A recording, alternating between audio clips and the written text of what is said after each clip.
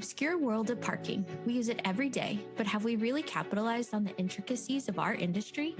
In this podcast, the Parking Network will go behind the scenes and talk to industry professionals about all things parking, from the horizon of evolving technology and even stories of the old days.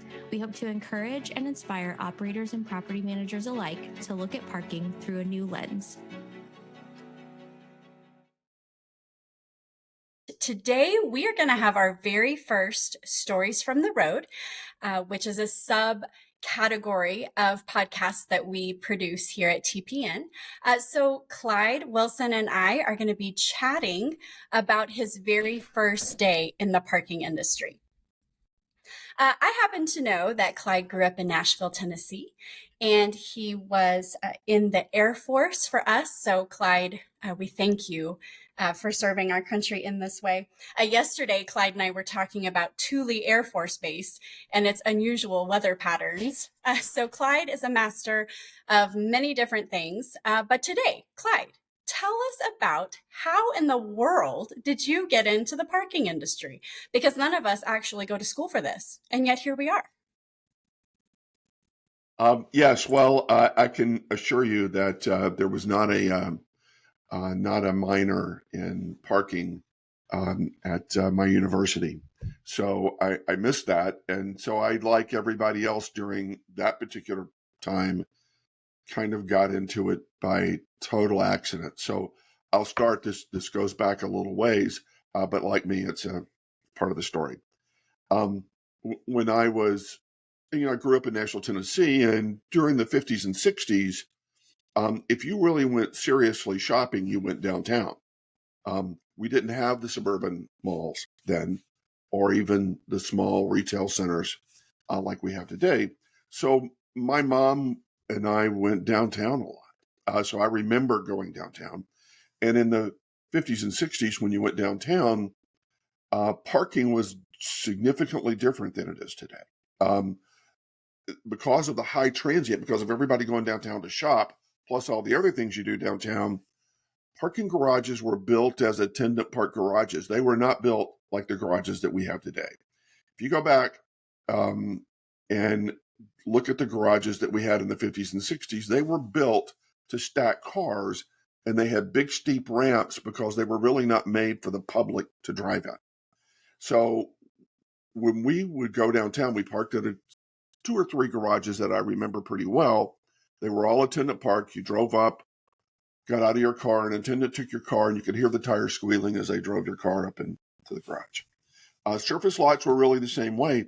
The surface lots were all stack and pack surface lots where you pulled under the surface lot, you got out of the car, the attendant parked it because he had them stacked 4 and 5 cars deep all the way around the lot. There were several attendants that worked on the lot. So I was kind of used to seeing the parking garages. So then I will move into that story again. So I was pretty familiar with it. But this plays a part here in just a minute. So I come back from 4 years in the Air Force, and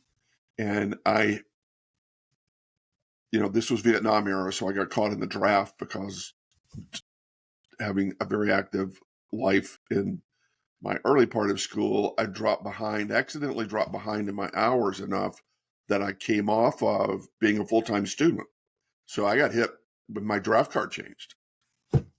So anyway, I went through the process. I ended up, I'm in the military. I'm kind of prepared to go. I knew I was eventually going anyway.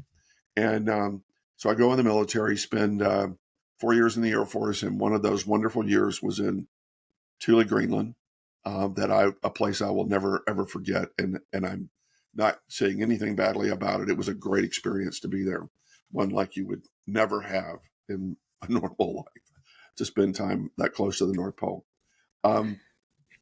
So then I come back. So I have to finish school. So I come back, go right back to school, finish up pretty quickly. But I finished up school I graduated in 77. And I'm out looking for a job in 1977 during the Jimmy Carter era and moving right into the Arab oil embargo. So finding jobs was really hard. And the only reason I found one was I had one of my best friends from high school was able to get me a job where he worked. But this was not a job that was challenging as the jobs I had when I was in the Air Force. I was very lucky and had some really, really challenging jobs in the Air Force, especially the last 2 years that I was in. So I was looking for a challenge. So that didn't work out too well, but at least I had a job. And a friend of mine came up to me and who knew I was looking, that I, had done enough of this playing around now. I needed a job. And so a friend of mine came up to me and said, here's a phone number and a guy's name. Why don't you give him a call? I know he's looking for somebody. And I said, okay, sure. I mean, why not? So, of course, this is 1979, I guess. And so I'm leaving that day to go to Kentucky. So I get in the car driving out of town. And, that was a time of payphones and long distance. So we have to, so for me to call this number, I have to pull over to a payphone, and I want to do that before I get long distance, so I don't have to pay extra for the phone call. So just as I get out of downtown Nashville, I pull over to get gas and pull over to the service station and go to the payphone and call this number. And the lady answers the phone, and she answers it Central Parking System. And so I go, it's a parking company? You've got to be kidding me. So I hung up. No. And I thought, what did this guy think I would want a job at a parking company for? So Who works I go out in parking anyway? I mean, geez, come on. I didn't see mine as a tobacco chewing parking lot attendant standing down in Nashville, parking cars. And so I leave and go out that day. And it was funny. During the last year when I had been working, I had to go downtown for a reason, to the courthouse for something, for whatever reason. And I remembered when I went downtown, so I'm back from service now. I haven't been to downtown Nashville much. Things have changed. Regional shopping malls are all over the place. So there's not much reason to go downtown. So I go to downtown and I look and I notice that when I used to go downtown with my mom, parking lots were a bunch of handwritten, hand-painted signs, right? And that was all that was there. So I'm driving into downtown Nashville, and I remember this. I remember when I drove in about a year ago into downtown Nashville, the signs had changed. The parking company had blown plastic lighted signs, and I remember thinking, well, these guys have kind of modernized themselves finally, huh? Didn't think another thing about it. And a year later now, I'm in this decision of what do I do about this phone call I made this morning? Do I think through this a little bit and call this guy back? So that came to my mind, and I thought, well, maybe there's something more to this than I know. I can't imagine this guy thinking I would call a parking company for a job. So I finished my day in Kentucky, came back. As soon as I got back inside long distance, to where it was a local call, pulled over again, made the call. The lady answered the phone, Central Parking System. And I said, I'm calling from Monroe Carroll. And she said, just a moment. So I get Monroe Carroll on the phone.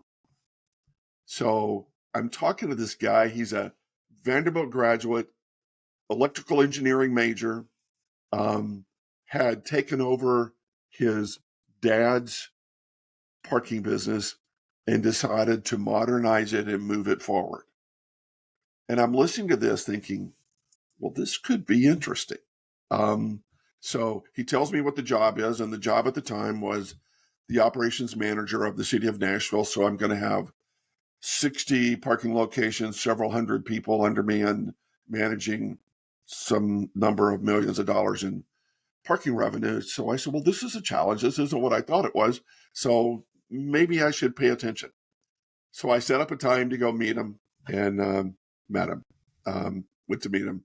Was very, he was, like I said, he was a Vanderbilt graduate. He had been He was an electrical engineering major and had worked for Alabama Power. So his job right out of college at Vanderbilt was to work for Alabama Power. But during his time in college, he had worked for his dad helping on the parking lots, you know. So he had decided, I think there's a business here and I want to come back and see if I can make this into a modern business. So he bought his dad's parking company, comes back in, he starts running it, and he's now about 6 or 7 years into running his dad's business. So I agreed to take the job, and was very happy that I had a real job during the difficult times of the late 1970s. So then I moved to, I have got to go to work. So I'm told that I have to come down to sign all the paperwork to become an employee of Central Parking System. So I go downtown. I think this is, if I'm not mistaken, I think this was a Friday afternoon. And it was the afternoon, they had a busy day, so they couldn't see me until 6 or 7 that evening. So I go down there about 6 o'clock to sign the paperwork. And I meet everybody there. I sign my paperwork, and I'm now an employee. And as soon as I finish signing, we had 30 or 40 minutes to talk about things, and then I signed the paperwork. So now I'm the operations manager of the Nashville office, which is the corporate office of Central Parking System. And as soon as I finished signing the paper, they said, well, we're opening a new garage. The Radisson Hotel has just built a new hotel here, and they have a garage. And I said, yeah, I'm familiar with it. I've driven by it. I've seen it. So they said, well, that garage opens on Monday or Tuesday of next week, and we have all of the employees. It's a valet garage. So we have all the employees down there waiting for you. So they said, you need to leave here and go down there, and you've got to meet them and train them how to valet park cars. And of course, without even breaking a smile, in my head, I'm going, you got to be kidding me. Who's going to train me how to valet park cars? But I didn't change expressions. It was pure me. Sure, I'm on my way. Glad to see everybody, and I'm on my way, and I will see you guys Monday morning. And they said, oh no. You have to come in Saturday morning. We'll see you tomorrow morning. So I said, okay, all right, I'm ready. So I leave and drive down to the Radisson Hotel garage, driving all the way down there thinking, I don't have a clue what I'm doing. And there's nobody with me. I looked in the rearview mirror. There was none of the other people behind me coming to help me. So I thought, okay, well, I'll figure this out. How hard can it be? Yes, Lee. And you hopped on YouTube, right? To just Google, like, how do you teach or how do you be a parking operator? I'm sure you just hopped on YouTube to find the answers to your questions. Oh, sure. Yeah. Sure. I pulled over. I pulled over in my 1977 Fairlane and got my cell phone out and checked YouTube. Right. Absolutely. And there was the answer right there. Yeah. Yes, that's as easy. That's all you had to do. That's all I had to do. So I was good. Right. Absolutely. So my YouTube actually, I'll tell you who the YouTube here in just a minute. So I pull into the garage, the Radisson Hotel garage. It was, the construction was finished. Everything was just being cleaned up and getting ready to open in a few days. And I pulled into the garage, and as you pull into the Radisson garage, it's really a big porte-cochere that's very wide and long, so that you could stack cars as customers come in.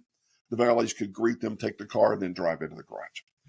So I pull in there, and when I pull in, I'm looking right at the cashier booth and the key room clerk, which is right in front of me, and a bunch of guys standing on the island lined up, waiting for me. So I'm going, oh my gosh, what am I going to do? So I drove by them, pulled around behind this area where they couldn't see me to park, and I'm thinking, I know there's a way that you park cars when you're valeting, but I've never done this, so I don't have a clue what I'm doing. So I park my car, get out, and my head is just running about what am I going to do? I've got all these guys now stand up over here waiting on me. And so I walk on thinking, okay, I got this. No sweat, I can do this, right? So I'm walking over there, and YouTube just steps right off the curb. Yes. Yes. In the flesh. YouTube in the flesh. YouTube in the flesh.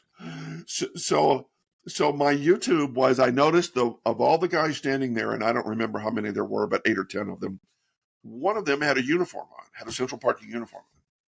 So I saw him, and I figured this guy may have done this before, and he steps off the curb grinning.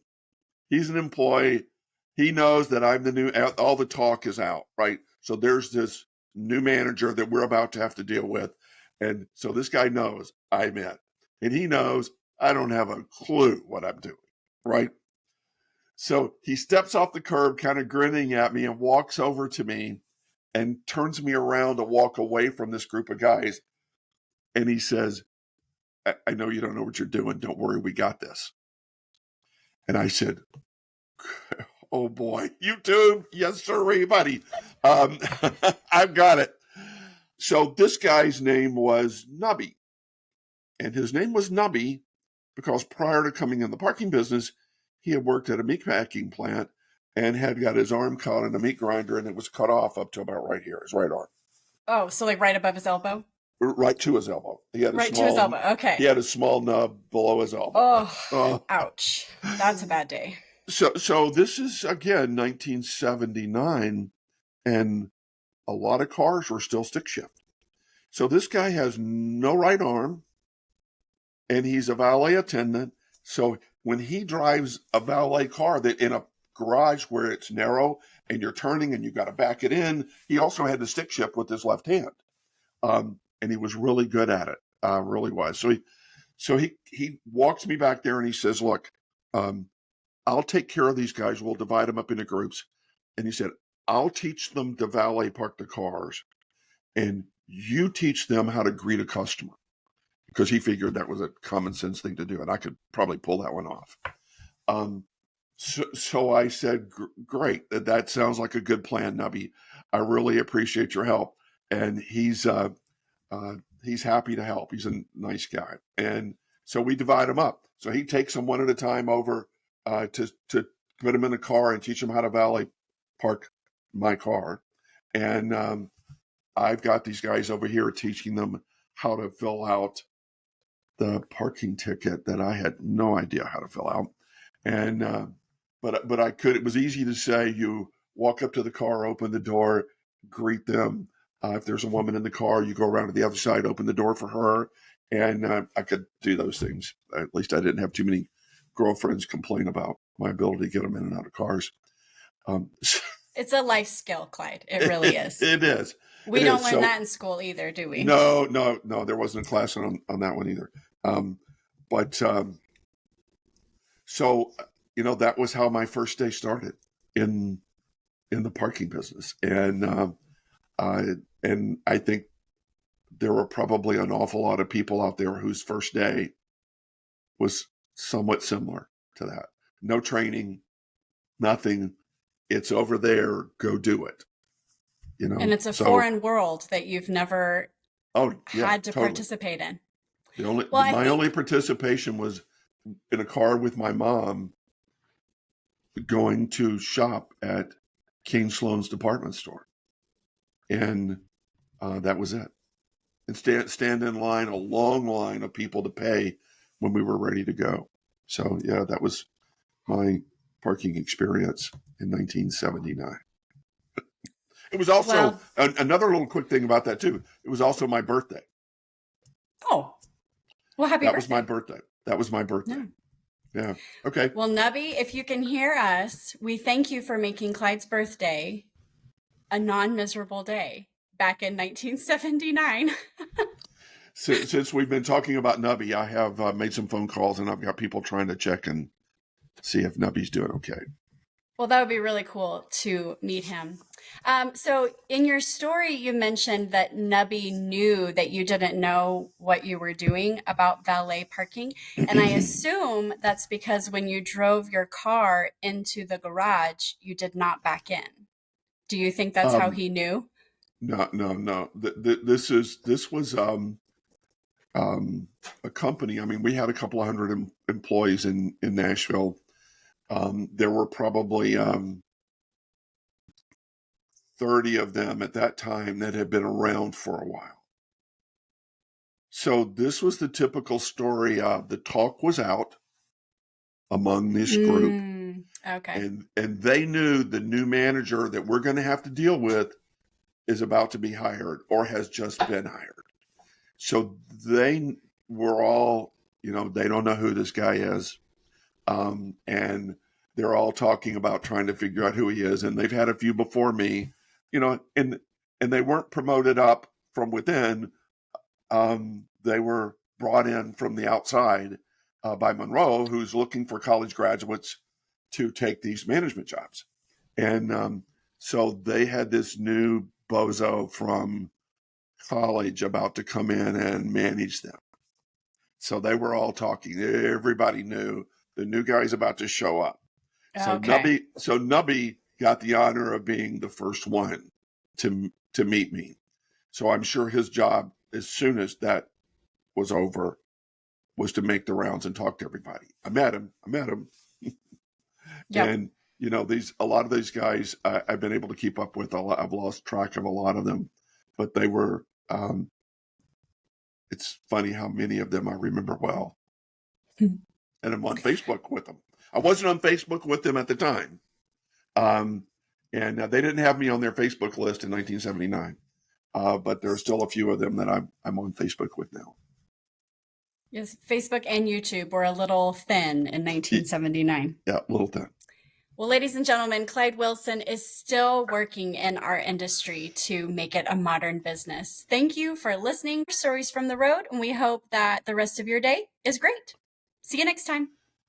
Thank you. To quote one of the greatest business minds of our time, Charles Munger, he said, "The best thing a human can do is help another human being know more."